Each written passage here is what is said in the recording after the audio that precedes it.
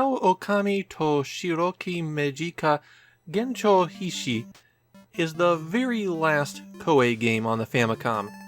And if there's one thing I can say about Koei, it's that they are consistent. They are departing exactly how they went into it, with a years-late port of one of their computer strategy games, whose time commitment to understand even the basic functions of the game were significantly larger than what I could dedicate to it, given I have to make an episode a day. Throughout the 80s, Koei was almost exclusively a computer game developer, and occasionally they'd let the Famicom have a low-end port of one of their more popular titles.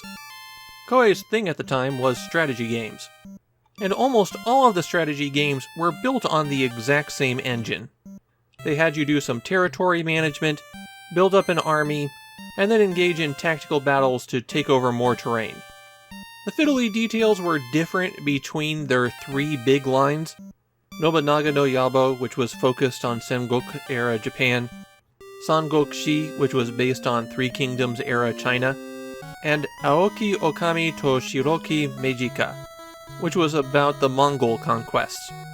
They did make some more experimental strategy games, like Isshin no Arashi, which was based on political debates at the end of the shogunate, and exploring the world for the sake of colonialism in Daikokai Jidai. By 1993, gaming had changed in general, and Koei was a company in transition. In fact, Aoki Ookami to Shiroki Mejika Genchou Hishi was the last 8-bit strategy game that Koei would make. Okay, that's not 100% true since they made some ports for the Game Boy Color, but that's years later and its own little thing. As a computer game publisher, Koei's games have been extremely expensive on the Famicom. They even hold the title for the most expensive Famicom game, if we're only looking at the original retail price.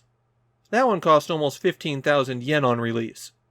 For their strategy games, Koei always used these big plastic boxes, which has made them very easy to find complete in box. So they might have been very expensive 30 years ago, but these days it's not hard to find a complete copy of one of their Famicom games for under 500 yen. Over the next 3 or 4 years, Koei is going to pull away from computers hard. Consoles become their focus, and this Famicom game stands at the inflection point. Before this, Koei was primarily computer-driven. After this, they're primarily console-driven. This episode also marks the final grand strategy game on the Famicom, a genre that Koei has dominated, but several other publishers have attempted. The most direct of those were Namco's Sangoku-shi series, which, thanks to that being the title of a public domain book, both Koei and Namco could have a Three Kingdoms-based strategy game using that title. Historical settings have always been the most popular option, particularly Sengoku-era Japan, but grand strategy games have also used science fiction settings, such as Kemco's Ginga Eiyu Densetsu. As an 8-bit computer with only a little gamepad as an interface, the Famicom hasn't always been the best platform for these, but people kept trying. Which brings me back to Aoki Ookami to Shiroki Mejika Genchou Hishi. The Genghis Khan series has always been the, oh yeah, and that one, of Koei's big strategy series. It feels like they always got the leftovers, the mechanics that didn't really fit anywhere else, so they tried them out there. This particular Famicom game has one of the slowest combat systems of any Koei game, and if you make the mistake of saying that you want to watch the computer fight its battles, you're going to be sitting there for a very long time. There are 3 scenarios in this game. The first 2 are similar to the original. You have a scenario for uniting all of the Mongolian tribes, a scenario for world conquest, and the new scenario has you step into Kublai Khan's shoes and attempt to hold on to China. All the scenarios share the same basic mechanics. You pick a group to play as, and then every turn you can organize how you want your kingdom to perform. Most of that is done through allocating where workers are assigned, if they're working the fields or if they're being shepherds, for example. One of the major features of this game is managing your family. You have to romance your wives, and that will get them to produce better children. I should point out that the Famicom version has removed the sex scenes. That is not a joke either. Good kids make good generals and advisors, and you'll put them in charge of your territories and armies. If you don't have anyone to put in charge of your territories and armies, the game will just put some schmuck in there. They won't be given a name, and they'll be assumed to have the lowest possible stats. So maybe get married and have kids. In fact, get married multiple times and have lots of kids. After you've built up your army, you'll want to conquer some of your neighbors. So send your military over, and here's where things get really complicated. You don't directly control your units. Instead, you give them orders to move to particular places, and then they see if they can do it. If one of your units collides with an enemy unit, then you go to an even closer view of the battle. And here you lay out your forces, and they take up huge chunks of the map. Even if they're reduced to one guy, they still take up all that space. Every turn they get a certain number of action points that they can use for different abilities.